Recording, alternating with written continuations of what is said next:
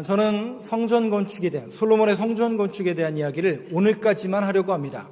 저도 계속 하다 보니까 쉽지가 않아요. 또 여러분들도, 듣는 여러분들도 별로 그렇게 유쾌한 메시지가 아니기 때문에, 그리고 제가 누누이 말씀드리지만 성전 건축하기 위한 동기부여를 목사님이 하는 거구나, 아니란 거 알고 계시죠? 이제 한두 번 들은 게 아니라 오늘 벌써 세 번째 듣는 거기 때문에 성전 건축에 대한 동기부여 차원이 아니다라는 것을 말씀을 드리고, 솔로몬의 성전 건축의 본질이 무엇이냐, 여기에 초점이 있다는 것을 여러분들이 놓쳐서는 안 됩니다. 오늘은 그 마지막 시간이고, 다음 주는 종교개혁주일에 대한 메시지를 전하고, 조금 그 다음 주부터는 조금 열왕기, 그러니까 왕들에 대한 이야기를 조금 집중적으로 가기 위해서 조금 몇 장 건너뛰어서 11장, 12장에 이제 나라가 쪼개지는, 솔로몬 이후에 나라가 쪼개지는 그 이야기부터 남유다와 북이스라엘의 왕들에 대한 이야기, 북쪽에 19명, 남쪽에 20명의 왕들에 대한 이야기를 전해드리도록 하겠습니다. 오늘은 솔로몬의 성전 건축 맨 마지막 시간입니다.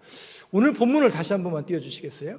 자, 우리가 성경을 볼 때는 단순히 내용만 이렇게 충실한 게 아니라 앞뒤 문맥과 성경에 나와 있는 그 글자의 의도, 또 저자의 의도에 대해서 우리가 파악을 해야 되는데, 여러분들이 그냥 읽을 때는 공사가 끝났구나, 이 정도로만 기록되어 있는 것처럼 보이지만 이 안에 뭔가가 있어요.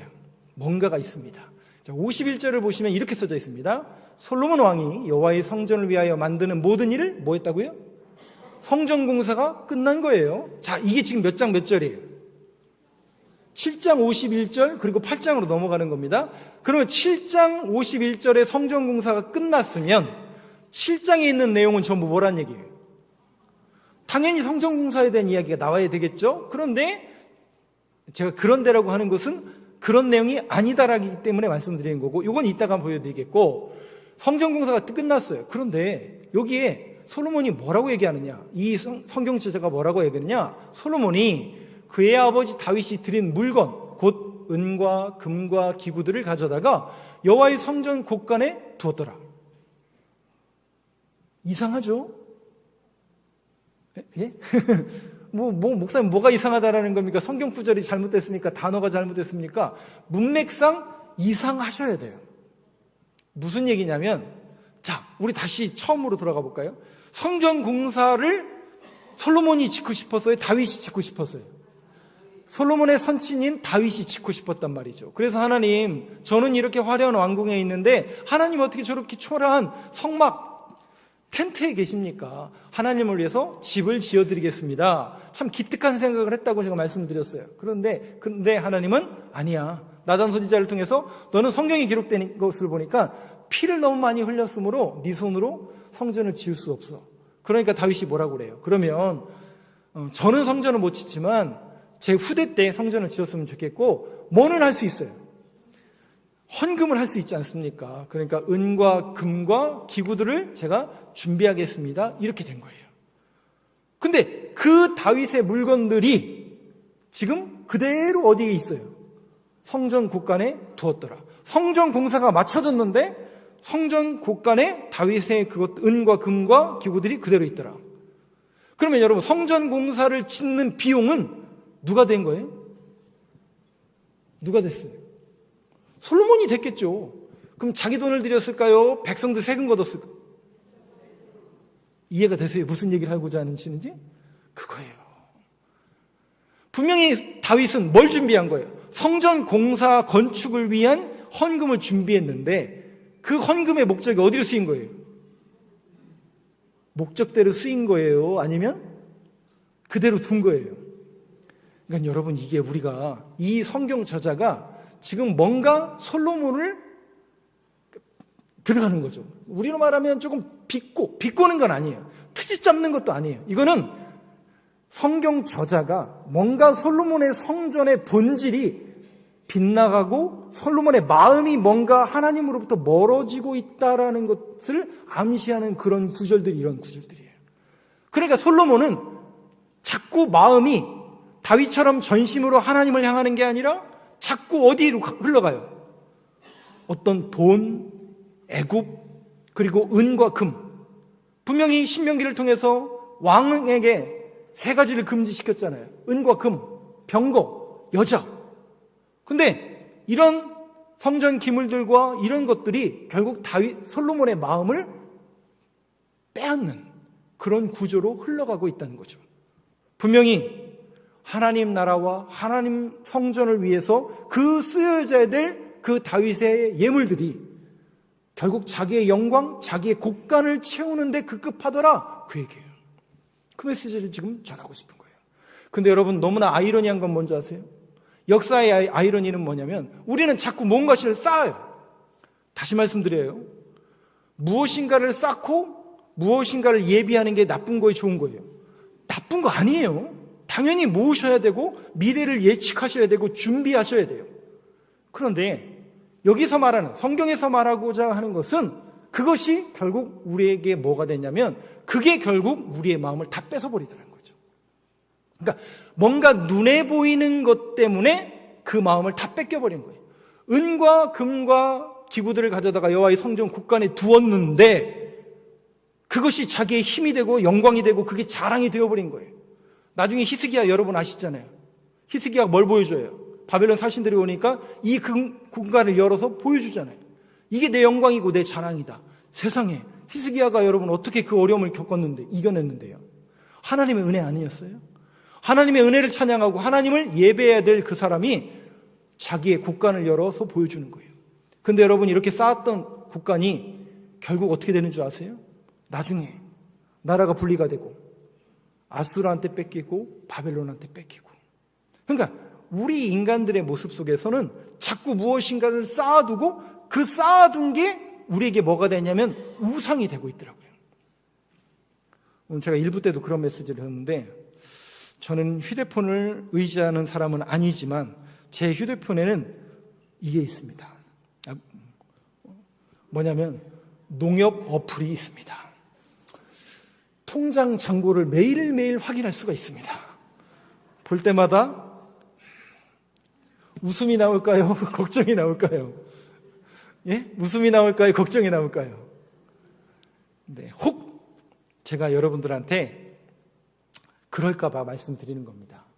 많은 이들이 통장 잔고가 자기의 의지가 되어버리는 분들이 너무나 많은 것 같습니다.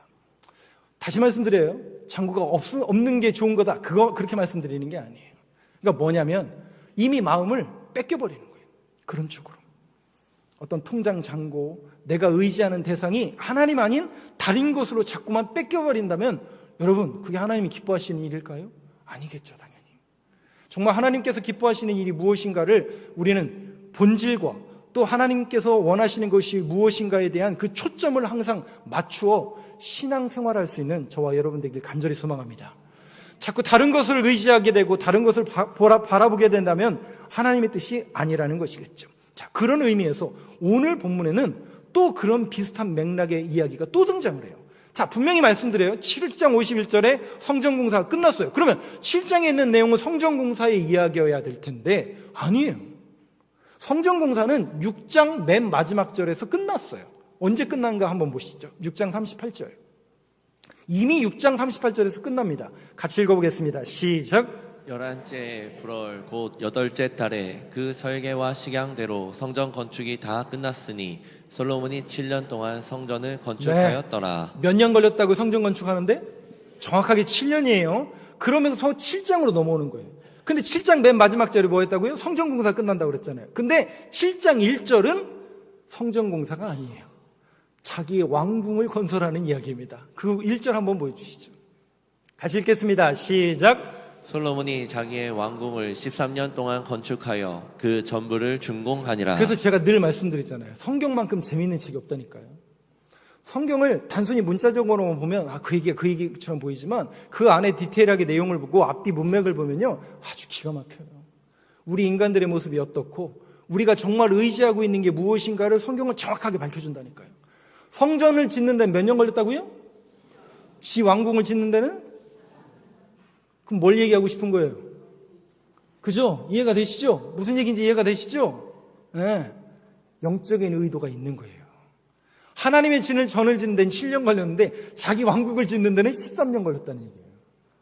그러면 뭘 얘기하고 싶은 거냐? 야, 솔로몬아, 네 마음이 정말 성전에 있는 거냐? 네가 정말 성전에 하나님의 마음을 다 담고 있는 거냐? 그래서 나중에 역대기가 이 똑같은 비슷한 얘기잖아요. 거기는 아예 이런 얘기가 없어요. 그래서 둘이 합쳐서 20년 걸렸더라 이렇게 써버렸어요. 왜냐하면 이거를 슬쩍 감추려고 하는 이제 의도가 좀 있어요. 근데 열왕기 저자는 정확하게 신명기 사관, 선지자적인 사관이 정확하게 있기 때문에 신명기 사관이 뭐고 선지자 사관이 뭐예요? 정확하게 두 가지죠. 하나님의 말씀에 순종하면 복을 받고 하나님의 말씀을 떠나면 저주를 받을 것이라. 이 관점에서 솔로몬을 봤더니 솔로몬의 마음이 하나님의 말씀, 성전보다는 딴 데가 있더라 그 얘기를 하고 싶은 거예요. 근데 실질적으로 이것은 이제 우리가 영적으로 해석하는 부분이고 팩트는 13년 걸릴 수밖에 없어요. 아니 그거보다 더 오래 걸릴 수밖에 없어요. 제가 늘 말씀드리지만 성전은 단일 건물이에요. 그래서 짓는데 얼마 안 걸리는데 왕궁은 여러 건물을 지어야 되기 때문에 실상 오래 걸린 게 사실입니다. 그런데 이 여러 건물을 짓는 그 내용 안에서도 이 열왕기상 저자는 또 솔로몬의 정체를 드러냅니다. 그러니까 성전의 정체, 솔로몬의 마음의 정체를 이렇게 이야기합니다. 8절을 한번 보시죠. 자기 왕궁을 건축하는 이야기가 8절에 이렇게 등장합니다. 한번 같이 읽겠습니다. 시작. 솔로몬이 거처할 왕궁은 그 주랑 뒤 다른 틀이 있으니 그 양식이 동일하며 솔로몬이 또 그가 장가든 바로의 딸을 위하여 집을 지었는데 이 주랑과 같더라. 자, 앞뒤 문맥을 제가 잘라서 죄송합니다. 이 8절만 설명을 조금 드릴게요. 이 8절에는 세 가지 건물을 짓는 이야기가 등장을 해요. 우리가 이 내용만 보면 무슨 말인지 모르지만 세 번역에서는 이렇게 번역을 합니다. 자기가 거할 거처는, 그러니까 솔로몬이 자기가 거처할 곳 있어야 돼요, 없어야 돼요? 당연히 있어야 되죠. 자기의 거처할 곳 첫 번째죠. 그 다음이 주랑 뒤 다른 뜰에 있으니, 이게 이제 앞에 부연 설명이 없어서 모르시겠지만 이 세 번역에서는 이렇게 얘기해요. 재판정 뒤에 있는 다른 뜰이 있는데 이 얘기예요. 그러니까 자기가 거하는 거처 그리고 재판정을 만들어요. 그럼 재판정은 왜 필요하냐면 그 당시 왕은 모든 나라의 송사를 재판하고 집무하는 어떤 집무실과 재판정이 필요했죠. 필요해 안 필요해요? 필요하잖아요. 근데 자기가 거하는 거처 그리고 재판정의 양식 즉 사이즈와 모양이 같더라 그 얘기예요. 자기가 거할 거처, 왕으로서의 거처, 그 다음에 자기가 거할 집무실 같다란 얘기예요. 근데 또 하나 같은 게 하나 있어요. 그게 뭐예요? 세상에. 밑에 줄 보세요. 솔로몬이 또 그가 장가든 누구의 딸을 위하여? 바로의 딸은 누구? 어느 나라? 애굽이라는 나라. 이집트의 딸이잖아요. 이집트의 딸을 위하여 뭐를 지었다고요? 집을 졌는데 이 주랑과 같더라. 다시 그럼 세 가지를 진 거죠. 자기가 거할 거처, 재판정, 그 다음에 바로의 딸의 집. 여러분 이건 뭘 얘기하고 싶은 걸까요? 이 저자가 솔로몬의 마음이 하나님의 전에 있는 겁니까? 바로의 눈치를 보고 있는 겁니까? 그거예요. 정확하게 이 저자는 지금 네 마음이 이미 바로 공주에게 뺏겼구나. 아니 바로 왕의 눈치를 보고 있구나. 그래도 그럴 수밖에 없죠. 이집트라는 나라는 수천 년 동안 엄청난 대제국으로서의 위용을 과시하는 나라고 사흘 거리밖에 되지 않기 때문에 항상 항상 이 이스라엘 백성들은 애굽의 어떻게 보면 속주로서밖에 할 수밖에 없었으니 솔로몬도 눈치를 안 입을 수가 없었겠죠. 그런데 이 저자가 꼬집는 것은 뭐냐면 솔로몬의 마음이 지금 어디를 향하고 있다는 거예요? 야, 네가 하나님을 의지하는 하나님의 말씀에 집중하고 하나님 앞에 순종하는 인생이 아니라 아직도 네가 애굽에 의지하고 있구나. 그러니까 솔로몬 왕의 마음도 하나님을 향한 마음보다 애굽을 향한 마음이 더 크다라는 것을 이렇게 건축의 모습을 통해서 담아내고 그 양식과 그러니까 사람이 어떤 건물을 지을 때는 그 건물을 짓는 양식 안에는 가치관과 마음과 고백이 그대로 담겨져 있기 때문에 그걸 지금 이 저자는 이야기하고 싶다라는 것이죠. 그런데 저는 여기에서 한 걸음 더 나아가서 그렇다면 오늘 이 이야기와 성전 건축 오늘까지만 할 거예요. 이 눈에 보이는 성전 건축 이야기의 결론이 어디를 향해서 가야 될 것인가를 저는 초점을 맞추고 싶습니다. 그림을 제가 몇 가지 보여드리겠습니다. 한 성당에 대한 그림을 조금 보여드리려고 하는데요. 첫 번째 그림 한번 보여주시겠어요? 네. 여기 어딘 것 같으십니까? 얼마 전에 갔다 오신 분도 있는데, 예. 이탈리아에 가면 수도가 로마이고, 로마 시내 한복판에 바티칸 시티라고 하는, 쉽게 말해서 성 베드로 성당, 그러니까 카톨릭의 본산이 되어지는 교황이 머무는 그 바티칸 시티 성 베드로 성당입니다. 이름은 성 베드로 성당이에요. 왜 성 베드로 성당이냐면 카톨릭에서는 교황이 있고 그 교황의 초대 교황을 누구라고 얘기해요? 베드로라고 하기 때문에 베드로가 아마도 이 로마에서 AD 64년이나 66년경에 순교했을 것으로 추정을 합니다. 그래서 순교자의 피 위에 교회를 마태복음 16장 15절과 16절에 보니까 네 이름 위에 내가 교회를 세우겠다라고 말씀하신 것처럼 여기다가 성 베드로의 이름을 따서 성당을 짓고 여기가 바티칸시티 교황청이 되는 겁니다. 모양이 어떤 모양처럼 보이세요?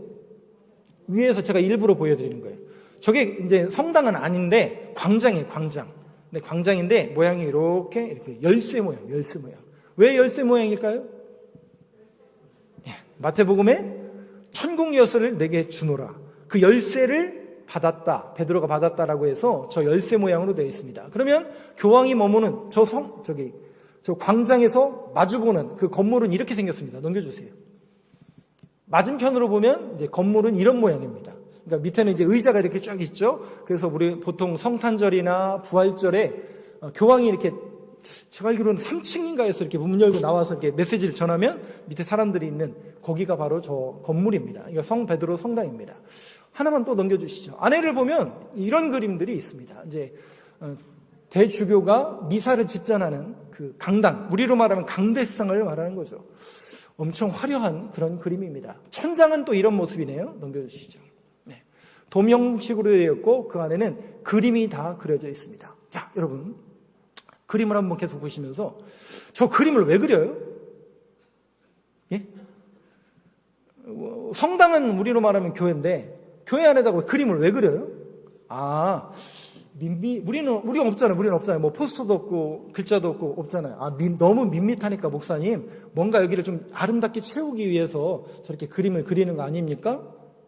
맞아요? 맞습니까? 아니에요. 왜냐하면 초대교회부터 그림은 항상 그렸어요. 그리고 여러분 아시는 유리창마다 스테인드 글라스에다가 성화를 그리죠. 그래서 예수님에 대한 모습, 예수님에 대한 스토리 이런 것들을 그림으로 표현합니다. 왜요? 왜냐하면 초대교회는 성경이 없었어요. 그러니까 글자도 제대로 못 읽었고 어떤 말씀을 듣는, 그러니까 저희처럼 이렇게 설교를 하는 게 아니라 그냥 성경을 읽어주는 것밖에 안 돼요. 그리고 이제 미사가 맞춰지는 거예요. 그러니까 이 사람들에게 성경에 대한 스토리를 그림으로 보여주기 위해서 처음에는 그런 것들을 그림으로 그렸던 거예요. 그리고 어떤 순교자, 어떤 성인의 그림을 그려놓으면서 우리도 저렇게 신앙을 본받자라는 의미로서 저렇게 그림을 그렸던 거예요. 그런데 어느 날부터 그 그림이 화려해지기 시작했어요.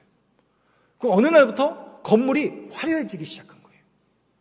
그래서 만드는 조각상, 교회 건물을 짓는 것, 그림을 그리는데 온 힘과 정성을 다합니다. 잘못된 거예요? 옳은 거예요? 옳은 거예요. 맞는 거예요. 근데 그 맞다라고 주장하는, 맞다라고 생각하던 그 옳음과 그 열심이 방향이 어느 쪽으로 흘러가는 줄 아세요? 자꾸 더 화려하게, 더 멋지게, 더 높게. 그러면 여러분 어느 생각부터 저 건물 안에는 하나님을 예배하는 공간이 될까요? 그림을 자랑하는 공간이 될까요? 네? 정확하게 얘기하세요. 그렇게 되는 거예요. 그리고 어떤 모양을 이렇게 만들어 놓은 것이 너무 귀하니까, 너무 아름답고 귀하니까 그것이 마치 뭐가 돼버리는 거예요. 아니, 그 순교자는 위대한 인물 맞죠? 위대한 인물은 누구 믿다가 그렇게 된 거예요? 예수 믿다가 그렇게 된 거잖아요. 그러니까 예수가 본질이고 예수 믿는 게 중요한 것이고 하나님을 찬양하고 하나님을 예배하는 그 말씀을 따라 행하는 게 그 건물과 그 그림의 초점인데 어느 순간부터 그림과 건물에만 관심이 있는 거예요. 예. 건물만 화려하고 그림만 화려하면서 와, 그래서 우리는 뭐예요? 거기 가서 예? 사진 찍죠. 저기 가서 사진 찍는 곳이에요. 그러면 여러분 생각해 보세요. 저 건물의 용도는 뭐예요? 예배 드리는 곳이에요? 사진 찍는 곳이에요? 우리 목사님은 저기 가서 사진 찍지 말라 그거 얘기하고 아니에요. 가시라니까요. 그 사진 찍으라니까요. 근데 제가 성지순례를 같이 다녀보고 이렇게 들어보면 똑같아요. 똑같기 때문에 이거 정확히 말씀드립니다. 엄청 화려하고 엄청 대단해요. 여기만 그런 게 아니라 이탈리아만 그런 게 아니라 그리스, 터키, 튀르키예, 또 뭐 프랑스나 영국은 더 하겠죠. 또 이스라엘 가도 어마어마한 교회들이 많아요. 그래서 사진을 열심히 찍어요. 첫날이 지나고 둘째 날이 지나고 셋째 날이 지나면 점점 지치기 시작해요. 그 건물이 그 건물 같고 목사님 그만 내리죠. 막 이러기 시작해요. 어제 찍은 사진이랑 똑같은 것 같. 제가 느낄 때 너무 감사해요. 너무 감사해요. 다시 말씀드립니다. 여러분, 우리가 성지순례를 왜 가고 저 건물을 왜 보러 갑니까? 물론 그림 화려한 건 다 좋습니다. 근데 정말 건물의 역할이 뭡니까? 그 그림이 무엇인가를 말하고자 하는 본질은 싹 빠진 채 우리는 어떤 눈에 보이는 것에만 초점을 맞추면 그건 우상이에요. 거기에 마음을 뺏기지 말라고 제가 말씀을 드리는 거예요. 그래서 이스라엘에 가잖아요, 여러분. 이스라엘에 가면 가장 기억에 남는 곳이 어딘지 아세요? 맨 가는 곳마다 저는 교회가 있거든요. 그래서 사진 막 찍어요. 근데 나중엔 지겨워요. 근데 성지순례의 모든 하이라이트는 딱 한 곳이에요. 광야예요. 광야.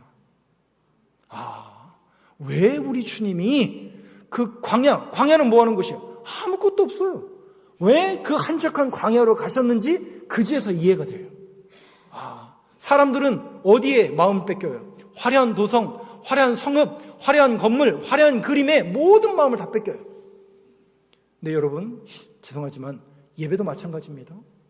예배도 우리 예수님을 향한 그 마음이 올려져야 되는데 어느 날부터 형식과 어떤 율법과 어떤 규제가 앞선다면 우리의 마음을 빼앗기고 만다는 거죠. 거기에 이 성전 건축에 대한 모든 초점과 본질은 하나님을 향한 예배요, 하나님을 향한 공간이어야 되는데 어느 순간부터 마음을 뺏겨버리는 거예요.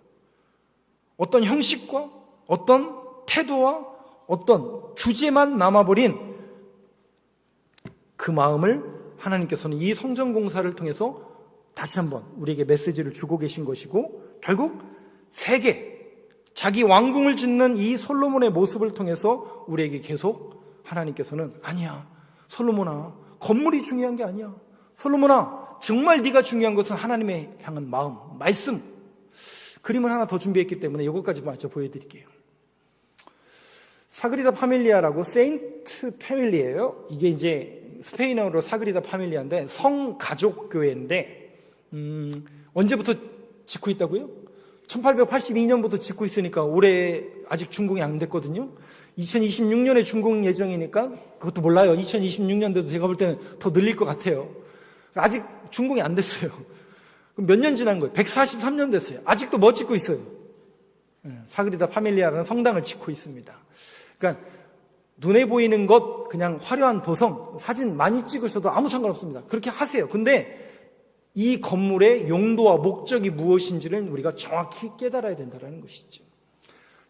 저는 뭐 관광지를 뭐 무용론하고 뭐 놀러 가지 말라 그런 얘기를 하는 게 절대로 아닙니다. 직접 보시는 것 굉장히 중요합니다.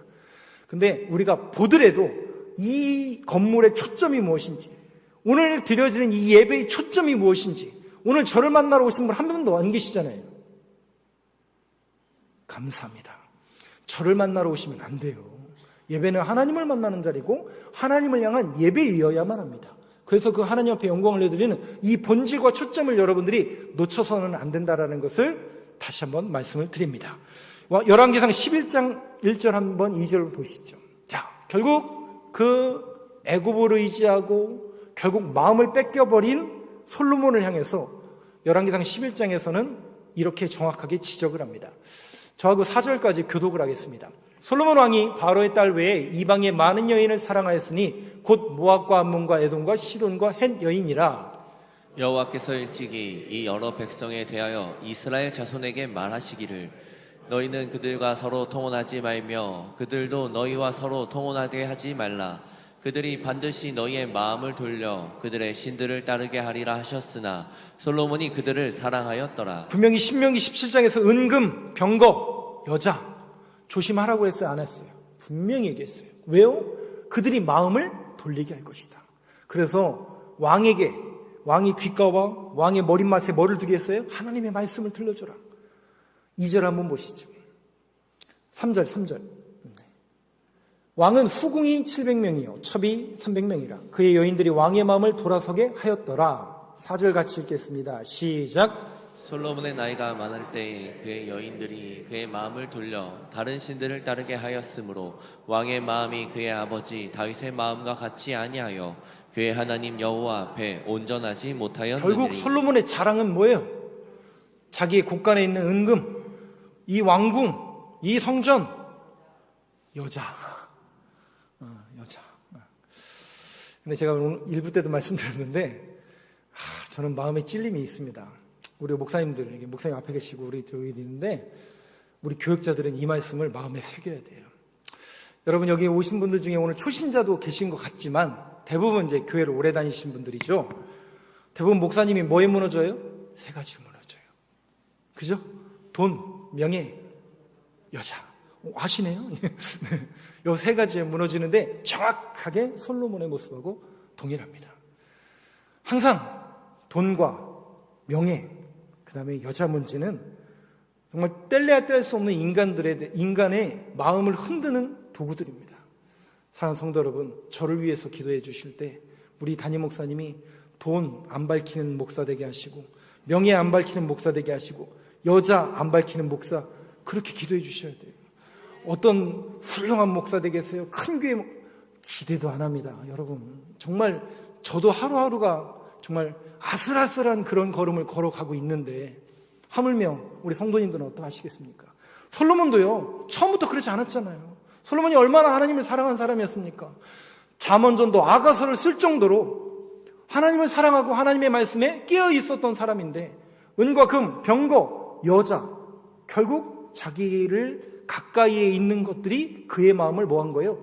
빼앗아 버려서 다윗의 마음과 같지 아니하여 그의 하나님 여호와 앞에 온전하지 못한 결론에 이르고 마른 왕이 솔로몬이에요. 그래서 솔로몬의 결론은 좋지 않아요. 사랑하는 성도 여러분, 이것은 비단 솔로몬만의 문제가 아니라 그리고 여러분 모두에게도 동일한 메시지라는 것을 늘 마음에 새기면서 항상 하나님의 말씀을 가까이 하며 하나님 앞에 순종하는 인생을 살아가는 저와 여러분들에게 간절히 소망합니다. 마지막으로 21절 한번 보시죠. 같이 읽겠습니다. 시작. 이 두 기둥을 성전의 주랑 앞에 세우되 오른쪽 기둥을 세우고 그 이름을 야긴이라 하고 왼쪽에 기둥을 세우고 그 이름을 보아스라 하였으니 야긴과 보아스라고 들어보셨죠? 그가 세우실 것이다. 그의 능력으로 세우셨다. 그래서 모든 성전에는 이렇게 기둥이 두 개 있는 거예요. 우리 교회도 이내영 목사님이 아마 이거 건축하실 때 그런 의도로 이렇게 기둥을 만드신 거예요. 물론 요 안에는 이게 보가 들어가 있죠. H빔이 들어가 있고 그거를 이제 기둥처럼 이렇게 표현한 건데 이것이 이제 성경에 기록되어 있는 야긴과 보아스입니다. 그림을 마지막 한번 또 보여주실까요? 지난주에도 보여드린 것처럼 솔로몬의 성전은 약 70평 정도 되는 그런 건물일 겁니다. 저 앞에 보면 하나 더 넘겨주세요. 기둥이 두 개 있죠. 기둥이 두 개 있습니다. 이것을 야긴과 보아스, 하나님이 세우셨다, 하나님의 능력으로 세우셨다라는 그런 아주 좋은 의미가 있어요. 그런데 성경에는 또 한 구절이 있어요. 22절을 보시죠. 야긴과 보아스 위에 무엇을 만들었는가? 같이 보겠습니다. 시작. 그 기둥 꼭대기에는 백합화 형상이 있더라. 두 기둥의 공사가 끝나나 그 야긴과 보아스 기둥을 세우고 그 위에다가 백합화 형상을 만들어 놓은 거예요. 봐라, 이 화려한 건물과 기둥 위에는 어마어마한 화려한 백합화의 모양으로 있으니 이 화려한 성전과 이 기둥을 보라, 눈으로 봐라, 이 화려함을. 근데 그 화려함을 예수님이 일가를 날리십니다. 그 성전에 대해서. 마태복음 6장을 한번 보시죠. 28절, 29절 저하고 교독하겠습니다. 또 너희가 어찌하여 이복을 위하여 염려하느냐? 들의 백합화가 어떻게 자라는가 생각하여 보라. 수고도 아니하고 길쌈도 하느니라. 그러나 내가 너희에게 말하노니 솔로몬의 모든 영광으로도 입은 것이 이 꽃 하나만 같지 못하였느니라. 무슨 얘기인 줄 아세요? 솔로몬은 뭐를 자랑했어요? 야, 이 긴 큰 기둥을 봐라. 이건 하나님이 세우시고 하나님의 능력으로 세운 것이다 라고 자랑하는 거예요. 이 기둥을 봐. 그리고 그 백합화를 봐. 얼마나 멋지고 아름다운가. 사람들은 눈에 보이는 기둥을 자랑하고 눈에 보이는 백합화 형상을 자랑합니다. 근데 예수님 뭐라고 그래요? 야야야, 그 백합화 자랑하지 마. 그 백합화 저 밖에 봐봐. 저기 돌아다니는 들에 백합화 널린 게 백합화야. 그 얘기예요. 그 건물의 기둥이 중요한 게 아니야. 화려한 꽃잎이 중요한 게 아니야. 그 건물의 용도와 목적이 중요해. 왜 거룩한 성전이죠? 모양이 거룩해서 거룩한 게 아니라 그 안에 거룩함이 있기 때문에 거룩한 거예요. 성전으로서의 역할을 못하고 있는 겁니다. 그래서 요한복음 2장 19절 예수님이 아예 그 성전은 헐어버렸으면 좋겠다 이렇게 얘기하십니다. 예수께서 대답하여 이르시되 너희가 이 성전을 아예 헐어버려라. 내가 사흘 동안에 일으키리라. 무슨 얘기예요? 여기는 더 나가요. 솔로몬의 성전은 BC 966년에 착공해서 7년 후 BC 959년에 완공이 됩니다. 근데 약 900년 후에 그 성전은 무너지죠. 다시 수르바벨 성전은 세워지지만 그것도 무너져요. 그래서 예수님 시대 때 지금으로부터 2000년 전에 헤롯이라는 사람이 성전을 짓습니다. 넘겨주시죠. 20절. 몇 년 동안 그 성전을 짓는가? 같이 읽어보겠습니다. 시작. 유대인들이 이르되 이 성전은 46년 동안에 지었거늘 내가 3일 동안에 일으키겠느냐 하더라. 몇 년을 지었다고요? 그러면 여러분 그 규모가 어떨까요? 어마어마한 정도가 아니라 전무후무한 크기입니다. 어마어마한 크기와 어마어마한 사이즈의 헤롯 성전을 짓는 거예요. 그러면 유대인들이 좋아할 줄 알았어요. 왜냐하면 헤롯은 왕이 될 수 없는 사람이죠. 왜? 이둠의 에돔 사람이에요. 신분이 다윗의 후손이 아니에요. 항상 결핍이 있어요. 왕이 되어야 되는데 다윗의 후손이 아니에요. 유대인이 아니에요. 그래서 아내를 유대인으로 두고 유대인들이 반란을 일으킬까 봐 그들이 좋아하는 성전을 크게 줘주는 거예요. 그러니까 조용해지는 거예요. 그걸 예수님이 꼬집으시는 거예요. 야, 성전 크게 졌다고? 그게 성전이 아니야. 이런 성전은 내가 무너뜨리고 3일 만에 다시 일으키겠다. 이것 때문에 예수님이 십자가에 못 박히는 여러 가지 이유 중에 하나가 돼요. 그래서 예수님이 십자가에 못 박히셨을 때 뭐라고 조롱해요? 야, 네가 전에 그랬잖아. 성전 헐어버려라. 네가 3일 만에 진다고 그랬잖아. 다시 네가 십자가에 내려와서 한번 만들어봐. 이렇게 조롱하는 거예요. 결국 이것은 무엇을 말하는 겁니까? 성전은 곧 예수 그리스도 자신이라는 얘기죠. 21절 같이 읽어보겠습니다. 시작. 그러나 예수는 성전된 자기 육체를 가리켜 말씀하신 결국 것이라. 그 성전이 성전인 이유는 거룩함인 거예요. 거룩한 전이고 교회가 교회인 이유는 건물이 아니라 저와 여러분이라는 거예요. 예수 그리스도 그 자체가 성전이요 교회라는 얘기예요. 근데 고린도전서에 보니까 사도 바울은 뭐라고 하냐면 조금 더 적극적으로 나가서 그 예수 그리스도를 따르는 예수 그리스도를 믿는 성도요 기독교인들은 우리가 성전이라는 거예요. 왜? 예수 그리스도께서 성전이고 그 성전으로서 그 거룩함을 유지하시기 위하여 십자가의 길을 걸어가셨던 것처럼 그 예수 그리스도의 십자가의 길을 걸어가고 그러한 거룩한 삶을 살아가는 우리가 성전이라고 말씀하십니다. 그런데 우리는 이 거룩한 전을 자꾸 안 좋은 걸로 집어넣어요. 안 좋은 연기를 집어넣고 안 좋은 음료를 집어넣고 안 좋은 걸 자꾸 보고 안 좋은 행동을 하고 거룩하지 못해져. 우리가 거룩함을 잃어버렸어요. 교회가 더 이상 거룩하지 않아요. 우리가 거룩하지 않아요. 그건 성전이 아닌 거죠. 겉만 건지라면 넥타이 매고 양복 입으면 목사인 겁니까? 이 속이 거룩해야지. 우리 교회도 똑같습니다. 저와 여러분들이 거룩할 때 우리 교회가 거룩한 성전이 되는 겁니다. 사랑하는 성도 여러분, 우리에게는 또 새롭게 한 주가 시작됩니다. 이 한 주 동안 우리는 또 어떤 삶을 살아야 될 것인가? 오늘도 여러분들이 메시지를 제대로 들으셨으면 그렇습니다. 우리가 성전입니다. 우리가 예수를 따르는 예수가 본이 되는 삶을 살아가길 원하오니 내가 거룩한 전으로 살아가는 이 한 주 동안 사연도 많고 어려움도 많고 세상 사람들은 우리를 향해서 조롱할지 모르지만 하나님 그 길을 겸손하게 묵묵히 걸어갈 수 있는 힘과 용기를 달라고 하나님 앞에 기도하고, 좋고 협착하여 가는 이가 적다 할지라도 그 길이 진리라면 성령 하나님 도와주셔서 그 길을 온전히 걸어갈 수 있는 용기를 허락해 주옵소서. 기도 제목이 되길 간절히 소망합니다.